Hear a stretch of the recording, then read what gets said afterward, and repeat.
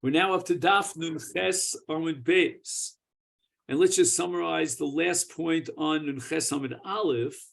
We have a derivation that lav and an essay, even when you have a combination of the two, like for example, in the case of Hashchasa Zakan of a Kohen, where we have both a lav and an essay, we're going to say that from the extra word skanu in the parsha of Tiglachas Mitzorah, the mitzvah of Tiglachas Mitzorah overrides both a lav and an essay in the case of a Kohen. So the Gemara says that doesn't make any sense because Kaimel and Bialma, we have a general principle, just the opposite, that the lo asi essay v'dochi lo savi essay. An essay does not have the power to override both a lav and an essay. And let's say it this way, because each essay neutralizes the other essay, and therefore you're left with a lav, because you have no adifus of one essay over the other essay.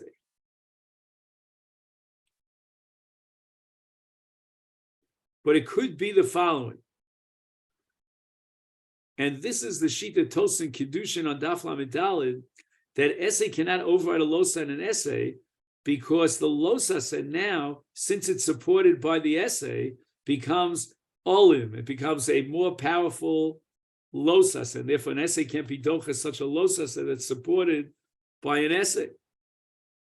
And now the Gemara asks, according to this brisa that derives from the word skano, that the essay of Tiglachas Mitzorah overrides both the lav and the essay of Kohenim, is Leilach mi Kohen. Why don't we use Kohen now as a binyan av and derive the conclusion that an essay can override a lav and an essay?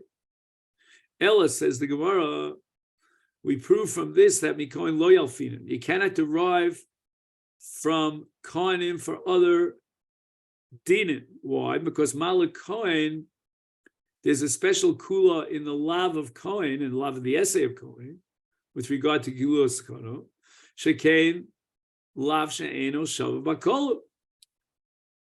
That women are not included in this lav, and even if they're benos Kohenim or neshei Kohenim, therefore this lav with regard to Giluach Skano is a weaker lav. It's a lav kal, and an essay could override that lav. But in a case of a real solid general lav hashav bakol, if you have an essay cannot override a lav and an essay that are noig bakol even by noshim.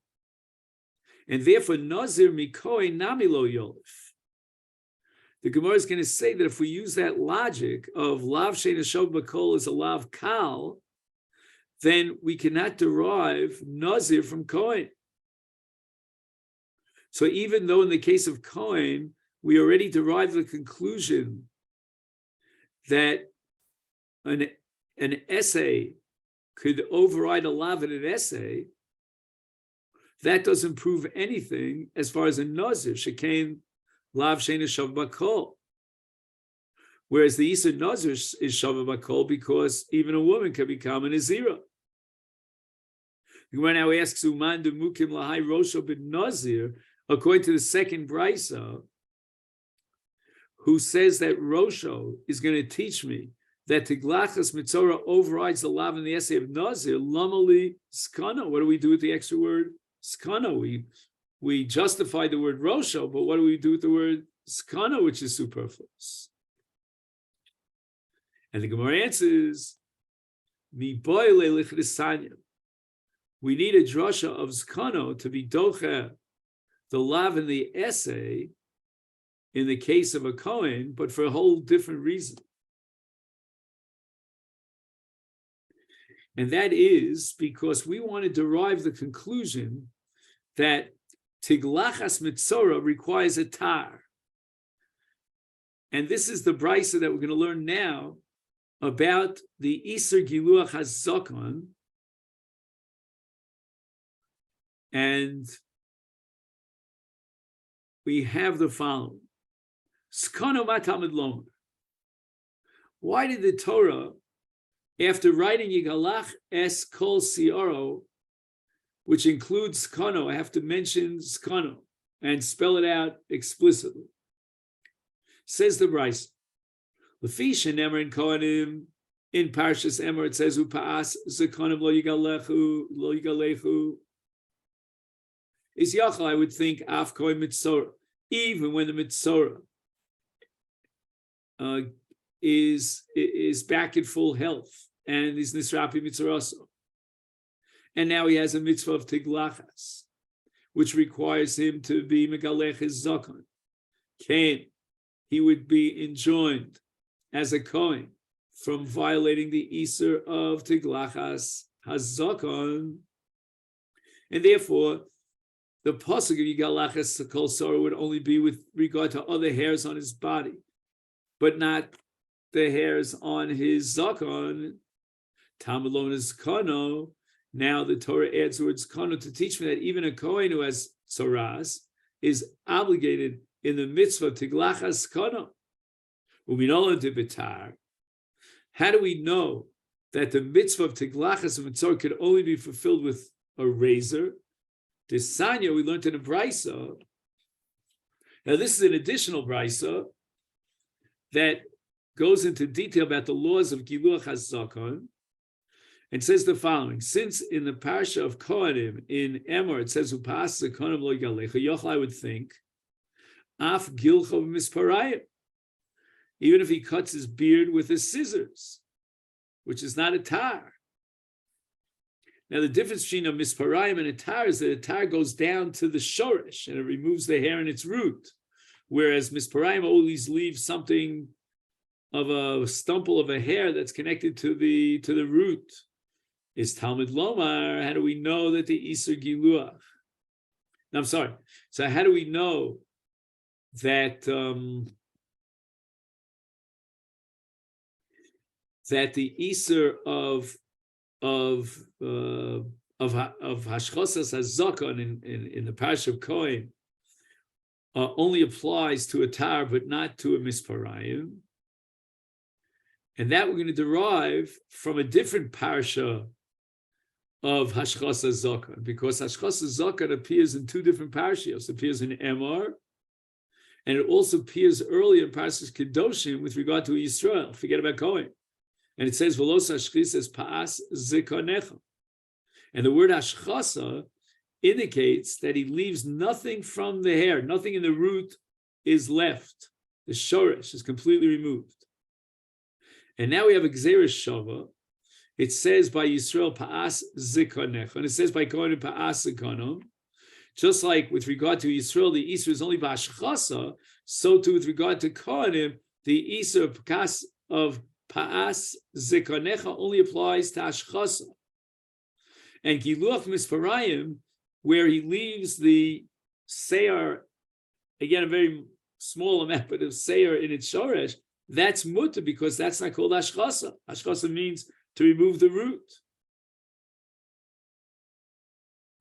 The Brisa now continues. I lo sashchis, if the Iser is Hashchasa, is Yochel, I might think that you can use any sort of kli. It doesn't have to be a tar. There are other kelim that are used by different artisans and workers and so forth that would go down to the shoresh. But again, it's not rugil. That's not usually what you do.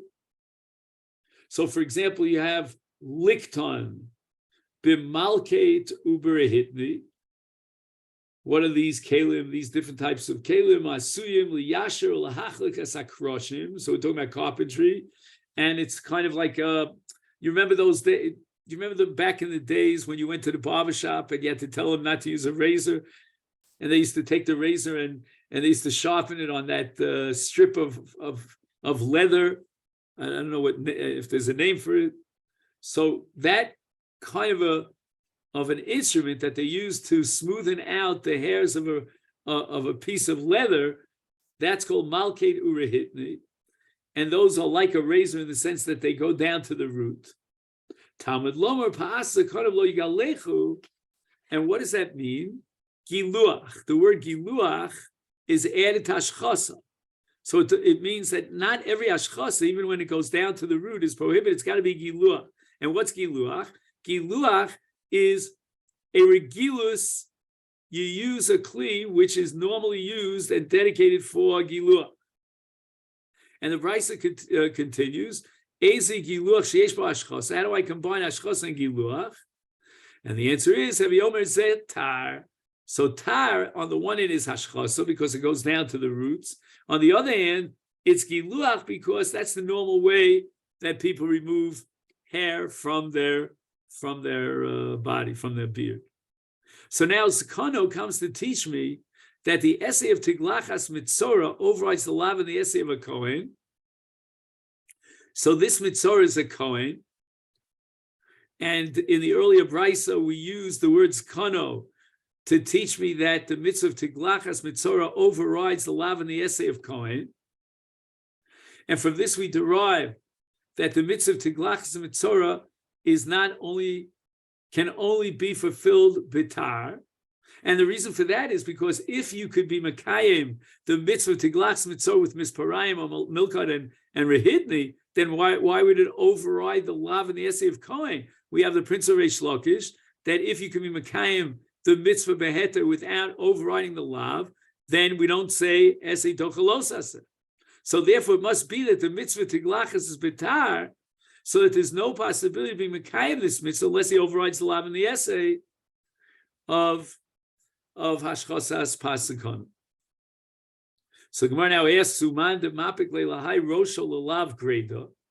Let's go back to the first brisa that we had on the Zayin of Beis, that the extra word Rosho is coming to teach me that a Mitzorah who's not a Nazir is Mekayim the mitzvah of Tiglachas Mitzorah, even though he violates the Isur HaKofas HaRosh.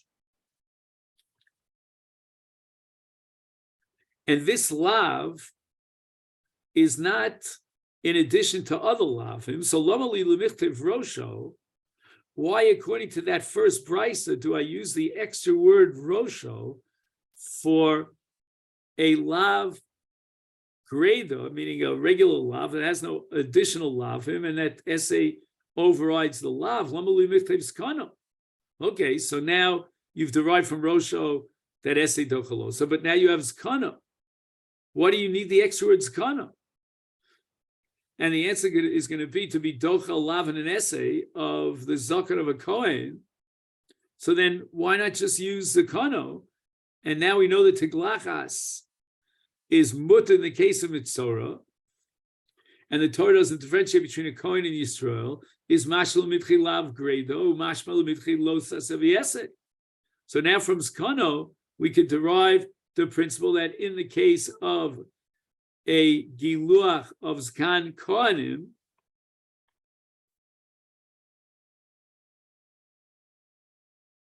and the Kohen is a Mitzorah, so there's a mitzvah of Tiglachas Mitzorah, he's allowed for the sake of that mitzvah to be mashkas his zakon by using a tar, and now we have a principle of essay dochalos aviyesek, because in Kohanim we have both a losa and an essay.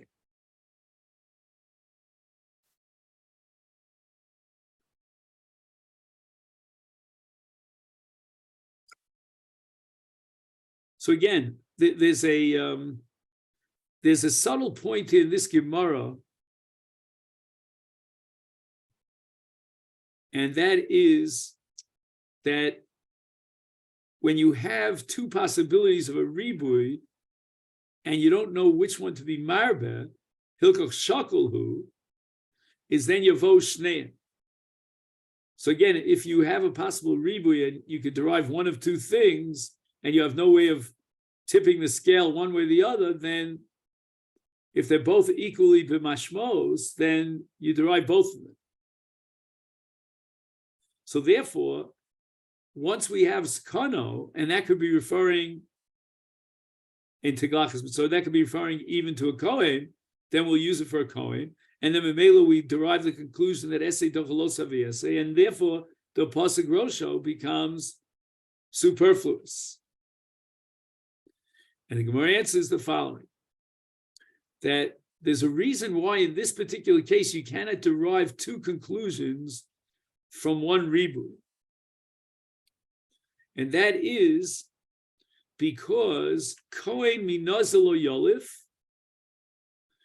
if you want to derive the conclusion that you could be dochalav in an essay in a case of a Kohen, and you could derive it from Nazir, that you can't do. Why? Because there's a kula in Nazir that doesn't apply to a Kohen. A Kohen is an Isser Olam, whereas a Nazir there's Isser's Nitan L'Sheila. He can be matir by going to a Chacham. So therefore, the essay of Tiglachas Mitzorah could override the lav in the essay of Nazir, because Nazir is Yesh Lo B'Sheila. But how do you know that it could be that the essay of Tiglachas could override the lav in the essay of Kahuna, where there's no possibility of being shoel on his Isser? Now let's go the other way around. Okay, you can't derive Kohen from Nazir, but let's derive Nazir from Kohen. And the answer is that Kohen is also a kula.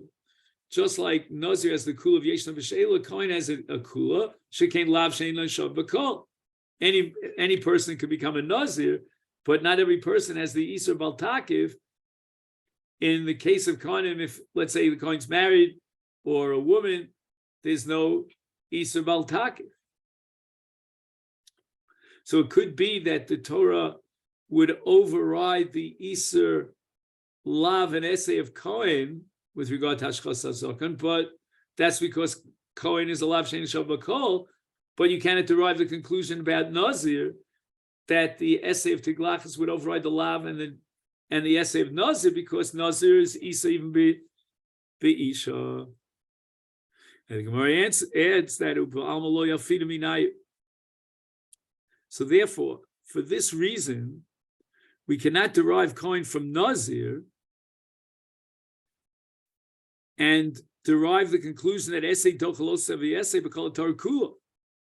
Because again, you're going to use that pircha, and you're going to establish that in Kohen there's a kula that is a lav shein shav b'kol, and in Nazir there's a kula that yeshna b'she'ela. So therefore, we don't have any basis from which to derive a principle that essay dochalos sevi essay. And now we go on to a different parsha in Kitei, lo yilbash gever simlas isha. That's called beged isha. And this Iser applies not only to levishas begadim of isha, bigdei isha, but also to doing something in your body which is usually exclusively done by women. Amar Rav Mekil. I guess his name was Mekil. I don't know. I never heard that name before. Maybe it was Michael. Anyway, Adam called Gufo Bitar. No, maybe the word Mekil means Megaleach, because Mekil means like to make it lighter. So by removing Sar, you make it lighter. You're not carrying the Seir. Do you have a translation of the word Mekil? I think it means Megaleach. The Hebrew Art Scroll says Megaleach. Oh, Baruch Hashem. So again, you read it like this: Omar Rav, stop. Mekil Adam kol gufa bitar. That a person is allowed to remove all the hair on his body bitar, even his armpits or his genital area, and there's no isur lo yilbash. Meisvei, the Gemara says we have a price that says punk faker. Hamavir beis hashechi beis ha'erva reis a loker. He violates the lavel of silbash. So how could Rav permit giluach of seir in those places of the body? That's a mice of an isha, and entails a violation of lo silbash, lo yilbash. So the Gemara answers this price is not a kash on Rav. Why? Habitar hab misparayim. When a woman removes her hair, she does it with a razor. And if he would do the same thing in those private areas, then he would get malchus. But Rav is matir in misparayim. A woman doesn't usually cut her hairs with the scissors, and if he wants to use the scissors to cut his hair, it's not a violation of Yilba. So Gemara asks for Rav Nami B'tar Kamar. Take a look at the words of Rav. Rav says explicitly, Adam, which Mekil meaning Megalech Adam called Gufo B'tar. And the Gemara answers Ke'ein Tar. What Rav meant was a scissors, which is like a tar. And he wants to teach me that he's allowed to cut his hair even with something that's very close to a tar, namely misparayim. And he's talking about misparayim that come very close to the skin of a person, and it's very similar to giluach b'tar. But since the derech of an isha is not to do this giluach with misparayim, therefore it's not included under lo yilbash. Amar Rav Chia bar Abba, Amar Rav Yochanan, hamavir beis hashechi beis ha'erva loke. It means that he violates the law of lo yilbash when he removes his hair. So the Gemara asks Masechet, I don't understand. We have a brayso that says Havora Seir Eino midivrei Torah midivrei Sofrim. How can you say Loke when the Iser of removing Seir from Beis Hashechi or Beis Ha'erev is only D'Rabbanan? And on Iser D'Rabbanan we don't get Malchus. My Loke D'Kamar Midrabbanan. The Malchus here is only D'Rabbanan. It's only Makas Mardus. Now let's just see the top of Daf Nun Tes Amud Aleph. Ikadiyamri Om Rab Chia bar Abba Om Rab Yochanan Mavir Beis Hashechi Beis Ha'erev Loke Mishum Lo Yilbash Gever Simlas Isha.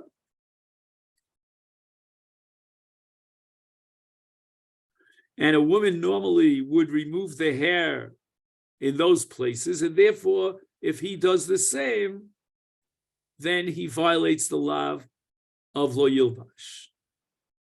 So derech hanoshim lahavir aseir b'makomos halal. So you get the impression from this Gemara, and what this will conclude for today, that in the case of, just 1 second.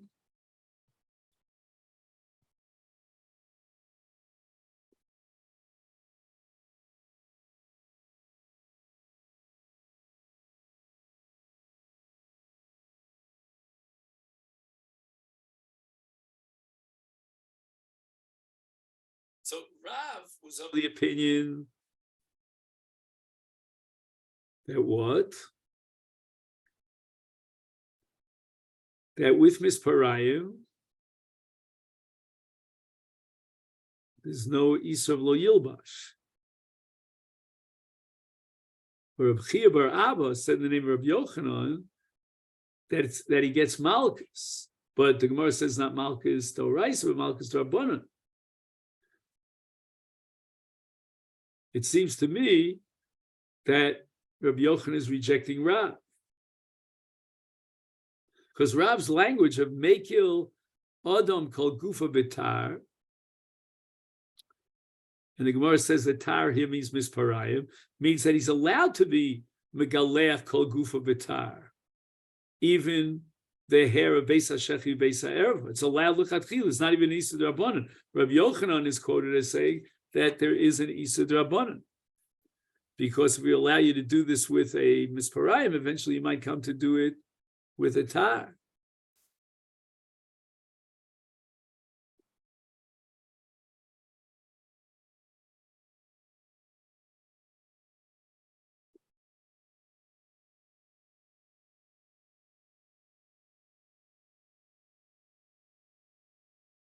So I'm not sure here on the top of Daf Nun Tes when it says Ika Diamri. And what's the difference between the Ika Diamri and the first Lishna? The first Lishna says it's only Malchus D'Rabbanan. But is he talking about a tar? Can't be talking about a tar. So that's Malchus D'Oraisa. Avor Seir Migufa Beis HaShechi.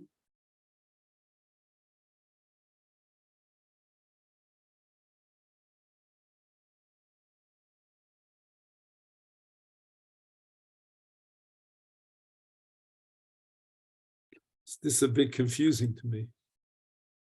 Again, let me just go over my question, and then maybe, Rabbi, you'll give me the answer. The first Lishna quotes Rabbi Yochanan as saying that when he removes that hair over there in those private places, that he violates the lav of Lo Yilbash. And the Gemara says that's only Midrabban. And the Ikad Yamri is going to say it's Doraisa. Are we talking about a tar? I don't think we're talking about a tar, because even Rav would agree that if you use a tar, then you violate Lo Yilbash.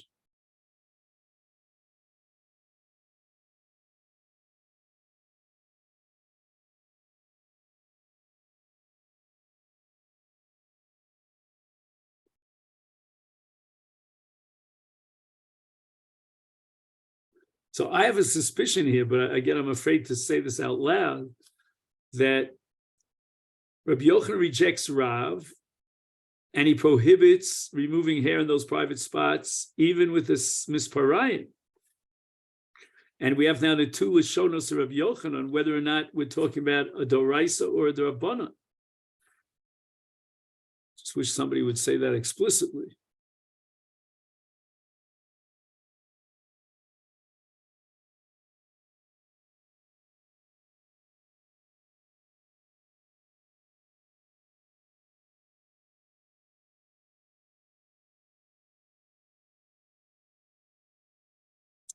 I don't know. You have anything here in your commentary? If you don't, do me one favor, if you can. Let's go back to Nun Ches Amud Beis. Yeah, I know we're going over time, but I apologize. But just for one moment, when it says on the bottom of Nun Ches Amud Beis, Amar Rab Chia bar Abba Rab Yochanan, what are we talking about? Are we talking about a tar, or are we talking about misparayim? Does anybody say something there? I don't, for some reason, I'm not finding it here. It really frustrates me.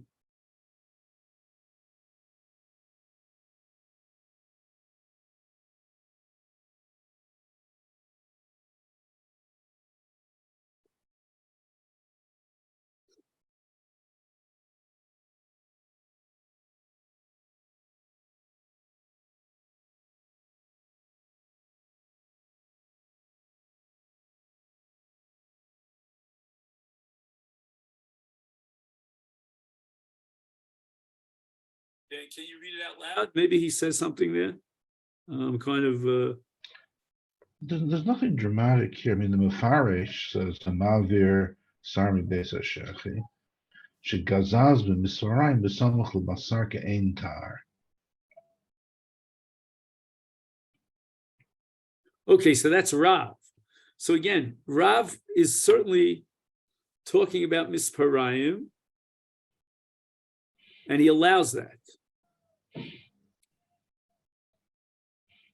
And even though the misparayim gets pretty down and close to the skin, it's kein tar, nevertheless it's mutter.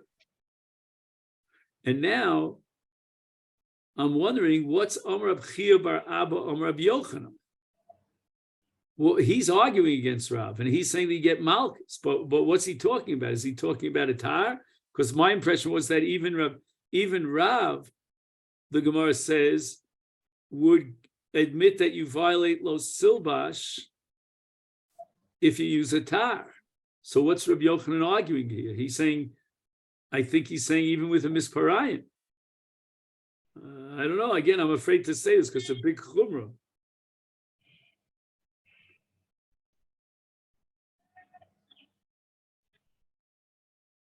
But if somebody would say it, I'd be more comfortable.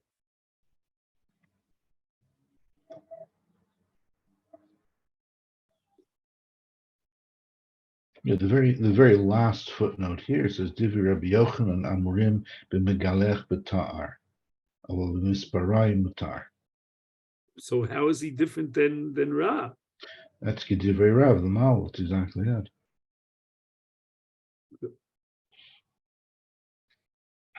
In other words, if Rabbi Yochanan's talking about a tar, then he's not adding anything that we didn't have before.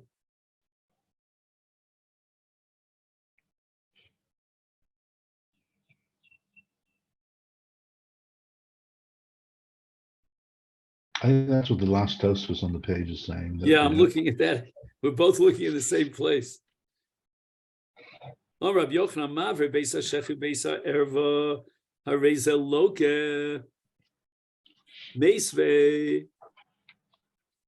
Havoras Tar Eno Midivrei Torah El Midivrei Sofer.